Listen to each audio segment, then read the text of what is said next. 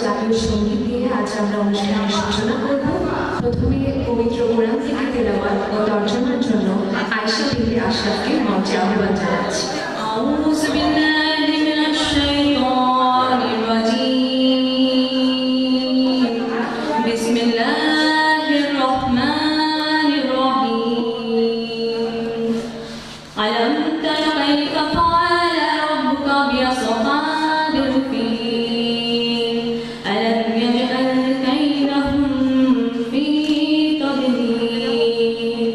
ওয়া আরসালা আলাইহিম তায়রান আবাবিল তরমীহিম বিহিজারাতিন মিন সিজ্জিল ফাজআলাহুম কাআসফিন মাকুল।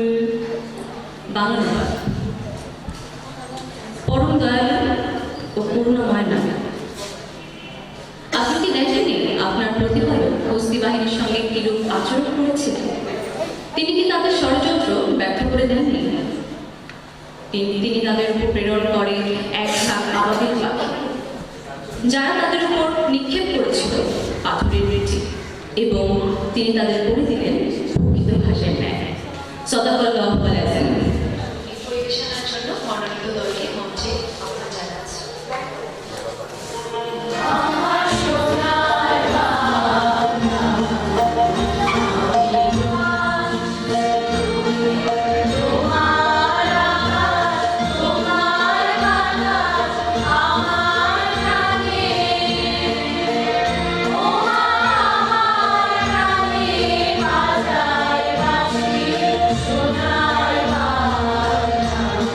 Thank you.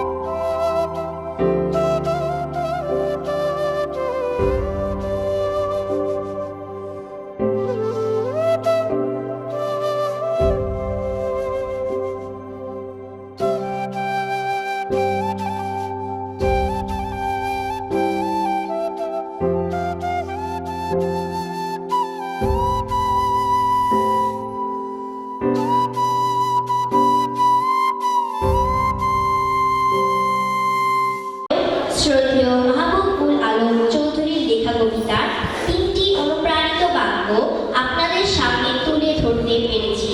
তার এই কবিতাটি 21-এর প্রথম সংকলন 21শে ফেব্রুয়ারি, যা তৎকালীন পাকিস্তানের সরকার কর্তৃক নিষিদ্ধ হয়েছিল।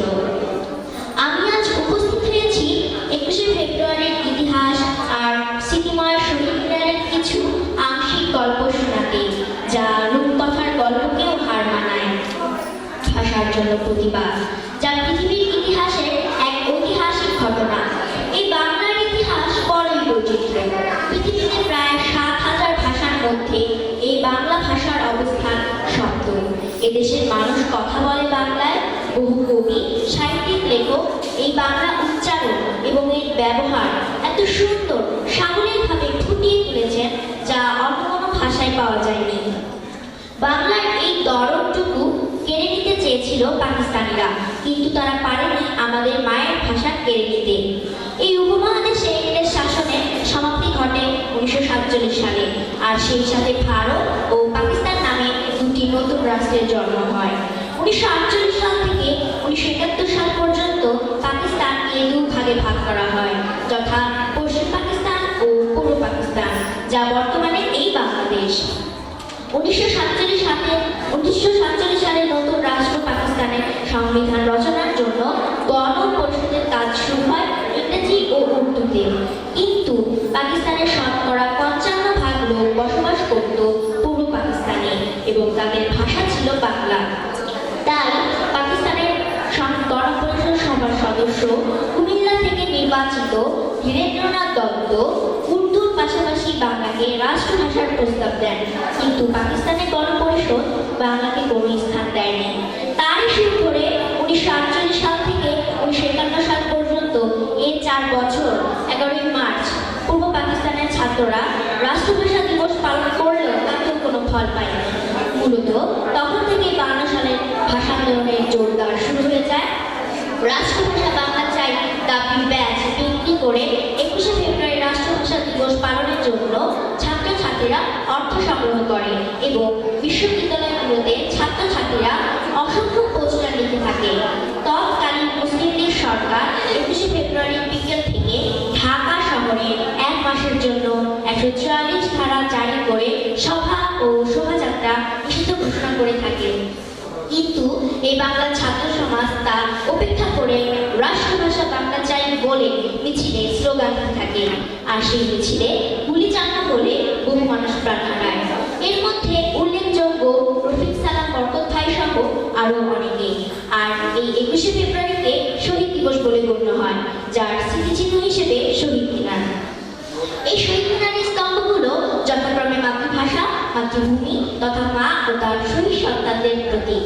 পরবর্তীতে 54 নির্বাচন, 58 সামরিক শাসন, 66 6 দফা আন্দোলন, 69 গণ আন্দোলন। 1969 সালে ঢাকার রেসকোর্স ময়দানে ছাত্র সংগ্রাম পরিষদ, যাকে বঙ্গবন্ধু উপাধিতে ভূষিত করে, তিনিই হলেন বঙ্গবন্ধু শেখ মুজিবুর রহমান, যার জন্য আমরা পেয়েছি স্বাধীন বাংলা। কিশোরগঞ্জ থেকে ব্রিটিশ বিরোধী মিছিলের নেতৃত্ব দেন এবং ভাষা আন্দোলনেও তার সরব উপস্থিতি ছিল। তিনি একমাত্র প্রথম বাঙালি যিনি জাতিসংঘে দাঁড়িয়ে বাংলায় বক্তৃতা দেন এবং শ্রেষ্ঠ বক্তা বলেও পরিচিত হন। কিন্তু একদল নিষ্ঠুর ঘাতক 1971 সালের 15ই আগস্ট তাকে হত্যা করে এবং দীর্ঘদিন তার দল অর্থাৎ আওয়ামী লীগ ক্ষমতা থেকে দূরে থাকে। সত্য চিরদিনই সত্য। 1996 সালে তার আদরের সুযোগ্য কন্যা জননেত্রী শেখ হাসিনা জনগণের দ্বারা নির্বাচিত হয় এবং তারই সুবাদে 1999 সালে ইউনেস্কো কর্তৃক এক ঘোষণার মাধ্যমে 21শে ফেব্রুয়ারিকে আন্তর্জাতিক মাতৃভাষা দিবস হিসেবে স্বীকৃত পায়। পরের বছর 2000 সাল থেকে জাতিসংঘের বিভিন্ন সদস্য রাষ্ট্র দিনটি শ্রদ্ধার সাথে পালন করে আসছে। তাই আমরা সকল ভাষা শহীদদের প্রতি শ্রদ্ধা ও ভালোবাসা জানিয়ে আজ আমরা প্রতিজ্ঞাবদ্ধ হচ্ছি এই যে উচ্চ শিক্ষার লক্ষ্যে বিদেশি ভাষার পাশাপাশি বাংলা ভাষার মর্যাদা ও সম্মান দিতে অটল থাকব। ধন্যবাদ। Dr. Mohtan Mohodoy, Chairman, Board of Trustees O Board of Governors, Mohammadpur Preparatory School and College. প্রথমে আমি দুঃখ প্রকাশ করছি যে আজকের অনুষ্ঠানে শারীরিকভাবে আমি উপস্থিত থাকতে পারছি না। তবে এই কোভিড পরিস্থিতিতে এই ভার্চুয়াল যেটা আমরা বলছি যে আমি জানি না ভার্চুয়ালে বাংলা কি হবে, বাট এই যে ভার্চুয়াল উপস্থিতির মাধ্যমে যে আমি আজকে অনুষ্ঠানটা দেখতে পাচ্ছি এবং শুনতে পাচ্ছি, এটা কিন্তু একটা বিরাট পাওনা। এবং আজকে ভাষা দিবস উপলক্ষে এই অনুষ্ঠান যারা আয়োজন করেছে আমি তাদের ধন্যবাদ জানাতে চাই। এবং ভালো লাগছে দেখে যে আমাদের শিক্ষক শিক্ষয়িত্রী এবং কিছু সংখ্যক ছাত্রী আজকে উপস্থিত হয়ে অনুষ্ঠানটা করছে এবং একটা মানসিক অনুভূতি হচ্ছে যে আমরা হয়তোবা স্বাভাবিক পরিস্থিতিতে খুব দ্রুত ফিরে আসতে পারব।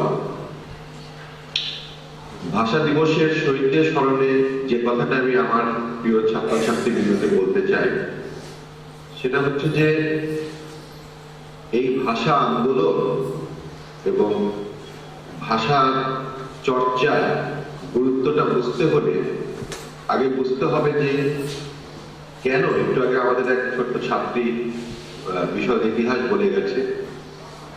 1947 সালে যখন ভারত বিভাগ হয় এবং পাকিস্তান এবং ভারত নামে দুটো রাষ্ট্র তৈরি হয়, তখন কিন্তু বাংলাদেশের যে ইস্ট পাকিস্তান ছিল তারাই কিন্তু সংখ্যাগরিষ্ঠ ছিল। এবং তখন আমাদের যে এই সংখ্যাগরিষ্ঠতাকে ভয় পেয়ে পাকিস্তানের ভাষাকে উর্দু হিসেবে তারা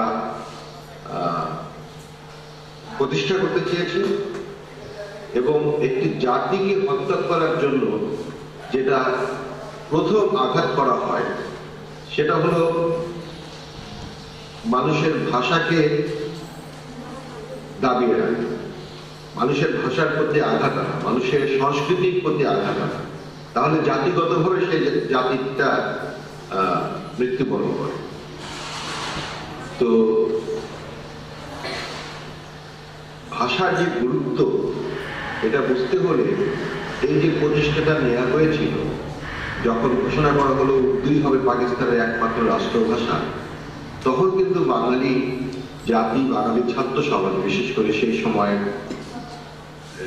যারা ছিলেন, বঙ্গবন্ধু শেখ মুজিবুর রহমান তখন ছিলেন এই প্রতিবাদের অংশ হিসেবে, তারা বুঝতে পেরেছিলেন যে বাঙালি জাতিকে ধ্বংস করার জন্য পাকিস্তানিরা এই প্রচেষ্টা চালাচ্ছে। এবং আজকে আমাদের যে শিক্ষাটা গ্রহণ করতে হবে সেটা হচ্ছে যে জাতি হিসাবে, বাঙালি হিসাবে যদি আমরা বিশ্বের প্রতিষ্ঠা পেতে চাই, আমাদের যে গৌরব, আমাদের যে আত্মমর্যাদা, সেগুলোকে যদি আমরা প্রতিষ্ঠা করতে চাই, তাহলে আমাদের নিজের মাতৃভাষার বিকল্প কিছু নেই। আমরা জন্মের পরে যে ভাষায় কথা বলি, মায়ের সাথে কথা বলি, সেটাই মাতৃভাষা। এই ভাষাতে আমরা চিন্তা করি। আমরা কিন্তু কখনো কেউ ইংরেজিতে স্বপ্ন দেখি না, স্বপ্নটা বাংলাতেই দেখি। আমাদের এই যে ভাষা শিক্ষা, সঠিক শুদ্ধ উচ্চারণের ভাষা জানা এবং তা নিয়মিতভাবে ব্যবহার করা, এই জিনিসটা কিন্তু আমাদেরকে সবসময় খেয়াল রাখতে হবে। ভাষা অ্যাকচুয়ালি একটি মাধ্যম, যার মাধ্যমে আমরা নিজেদের মনের ভাব প্রকাশ করি। তো আমি যদি আমার নিজের ভাষায় নিজের মনোভাবটা সঠিকভাবে প্রকাশ করতে না পারি, তাহলে কিন্তু আমি অন্য কোনো ভাষা শিখতেও পারবো না, অন্য কোনো ভাষায় আমি আমাকে নিজেকে প্রকাশও করতে পারবো। প্রথম চিন্তা ভাবনাটা আমার নিজের ভাষায় করতে হবে। তো এটা আমাদের একটা বিরাট পাওনা। 1952 সালে সেই ভাষা আন্দোলনের মাধ্যমে পাকিস্তানের সেই প্রচেষ্টা প্রতিরোধ করা হয় এবং বাংলা এবং উর্দু দুটোকে বাংলা পাকিস্তানের জাতীয় ভাষা হিসেবে স্বীকৃতি দেওয়া। তারই পরিপ্রেক্ষিতে কিন্তু 1971-এর স্বাধীনতা, আমাদের স্বাধীনতা যুদ্ধ শুরু হয়েছিল ভাষা আন্দোলনের মাধ্যমে। এই ভাষা আন্দোলনের মাধ্যমে আমাদের বোধোদয় হয়েছে যে পশ্চিমারা, পশ্চিম পাকিস্তানিরা কখনোই আমাদের বন্ধু হতে পারবে না, আমাদের ভাতৃপ্রতিম কোনো একটা সম্পর্ক সৃষ্টি হবে। ধর্মের ভিত্তিতে যেটা শুরু হয়েছিল সেটা যে আসলে কত সুদূর প্রসারী তখনই আমরা সেটা বুঝতে পেরেছি। এবং তারা মূলত আমাদের শাসন শোষণ করার জন্যই তাদের মূল উদ্দেশ্য ছিল। তো তারই প্রেক্ষিতে ধীরে ধীরে বাঙালির জাতীয়তাবাদ, বাঙালির নিজস্ব চিন্তা ভাবনা প্রস্ফুটিত হয় এবং বাংলার সংবাদ, টেলিভিশন এবং রেডিওতে বাংলার অপভ্রংশ, বাংলা সঠিকভাবে উচ্চারণ না করে বিকৃতি দেখতে পাচ্ছি আমরা সেগুলিকে আমাদের প্রতিরোধ করতে হবে। আমাদের বাংলা সুন্দর একটি ভাষা, সেই সুন্দর ভাষায় সুন্দরভাবে কথা বলা, ছাত্রদের শিক্ষামূলক 21 ফেব্রুয়ারি অনুষ্ঠান করে থাকি। এবছর করোনা পরিস্থিতির কারণে আমরা ওই বাইরে, কিন্তু বিভিন্ন বিষয়ের প্রতিযোগিতা আমরা সম্পন্ন করেছি। আমরা পরবর্তীতে যারা প্রতিদ্বন্দ্বিতা হয়েছে তাদেরকে আমরা পুরস্কৃত করি। বাংলা ভাষা একটি আন্তর্জাতিক মাতৃভাষা। এই ভাষার জন্য যারা শহীদ হয়েছে, সালাম, রব্বাল, বলবৎ এবং আরো যারা তাদের আমি আপনার মাতৃভাষা কামনা করছি এবং জানাতে এই স্মরণ করছি আমাদের সংগ্রামী নেতা ভাষা আন্দোলনে সক্রিয় অংশগ্রহণ করেছিলেন এবং সক্রিয় অংশগ্রহণ করে আসছেন।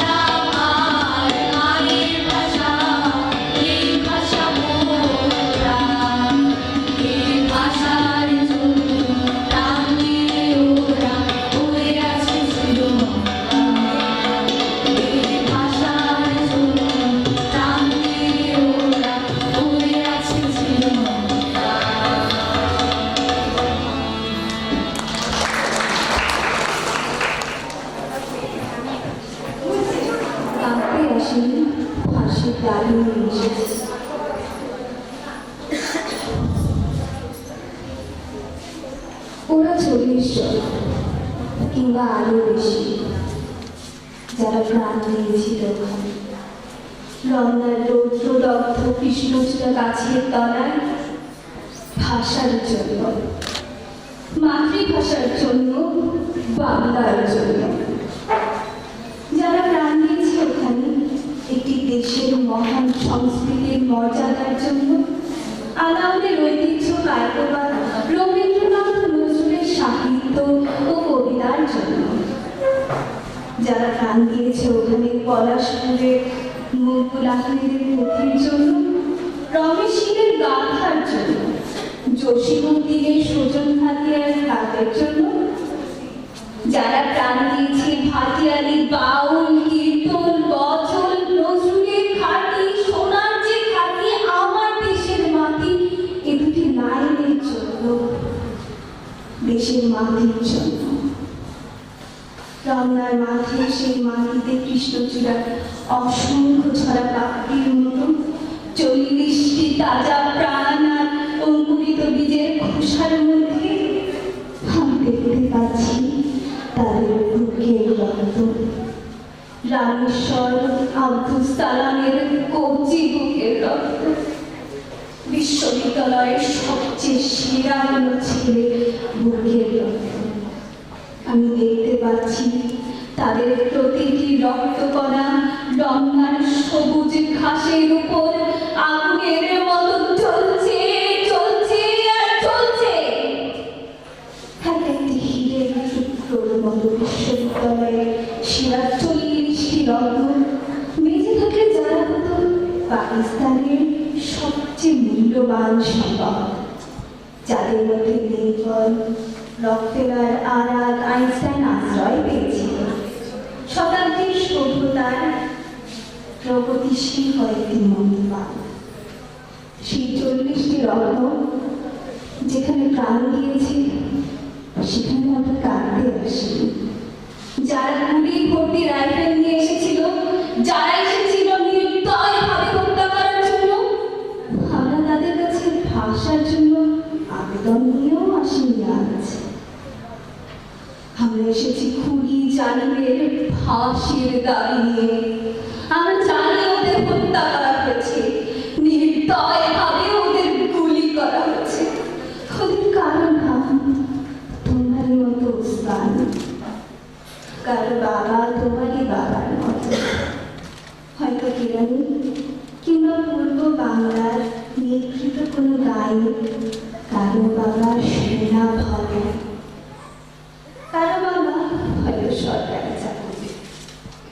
তোমারই আমারই মতো যারা হয়তো অনেকেই আজকেও বেঁচে থাকতে পারত, আমারই মতো তাদের কোনো একজনের হয়তো বিয়ের দিনটি পর্যন্ত ধার্য হয়ে গিয়েছিল। তোমারই মতো তাদের কোনো একজন হয়তো মায়ের সদ্যপ্রাপ্ত চিঠিখানা এসে পড়বার আশায় টেবিলে রেখে নিজেদের চোখ দিতে গেছিল। এমন একটি মূর্তিমান স্বপ্নকে বুকে চেপে জালিমের গুলিতে যারা প্রাণ দিল, সেসব মৃতদের নামে আমি ফাঁসি দাবি করছি। খুনি জালিমের নিপীড়নকারী কঠিন হাত কোনো দিনও চেপে দিতে পারবে না তোমাদের সেই লক্ষ্য দিনের আশাকে, যেদিন আমরা লড়াই করে জিতে নেব ন্যায় নীতির দিন। হে আমার মৃত ভাইরা, সেই দিন নিস্তব্ধতার মধ্য থেকে তোমাদের কণ্ঠস্বর স্বাধীনতার বলিষ্ঠ চিৎকারে ভেসে আসবে। সেই দিন আমার দেশের জনতা খুনি জালিমকে ফাঁসির কাষ্ঠে ঝুলাবেই ঝুলাবে। তোমাদের আশা অগ্নিশিখার মতো জ্বলবে প্রতিশোধ আর বিজয়ের আনন্দে। ধন্যবাদ সবাইকে। শিল্পের এক অপূর্ব মেলবন্ধন, কখনো বা ত্রিশূলহাতে অসুরটিবধ, আবার কখনো বা শান্তির দূত রূপে আবির্ভাব। এই মনোজাতি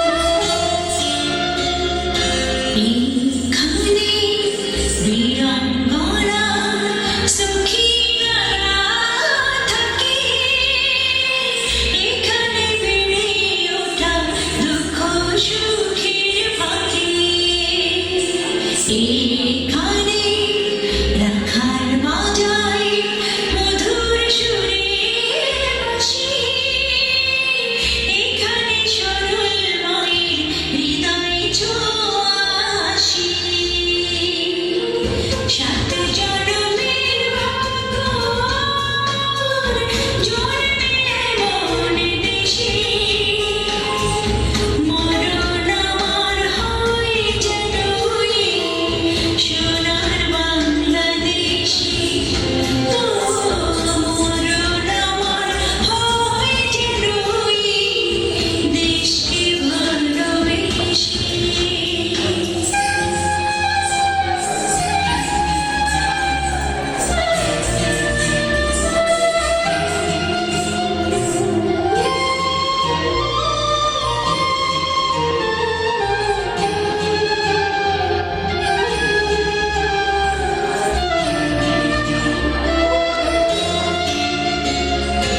এই ভাষা রবীন্দ্রনাথ নজরুলের মুখে, লালনার হাসনের জন্মই মাটির বুকে।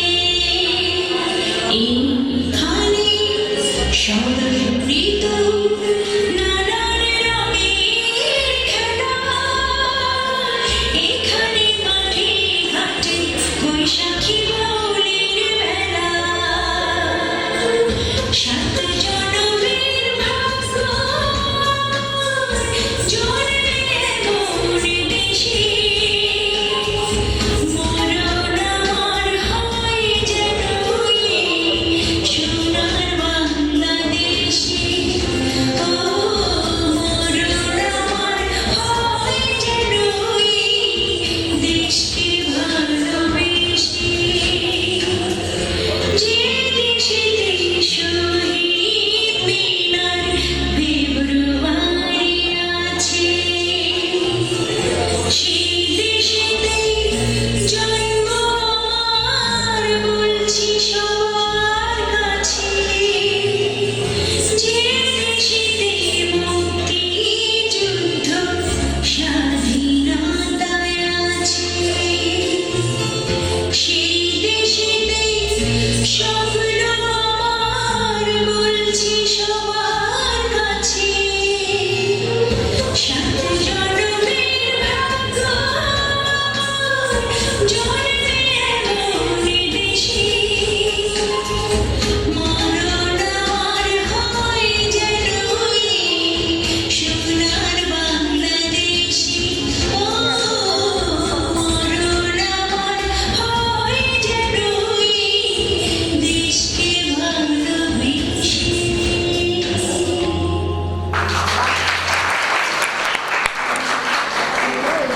রচনা হচ্ছে একটি দলীয় কবিতা আবৃত্তি করতে যাচ্ছি মহান 21শে ফেব্রুয়ারি উপলক্ষে।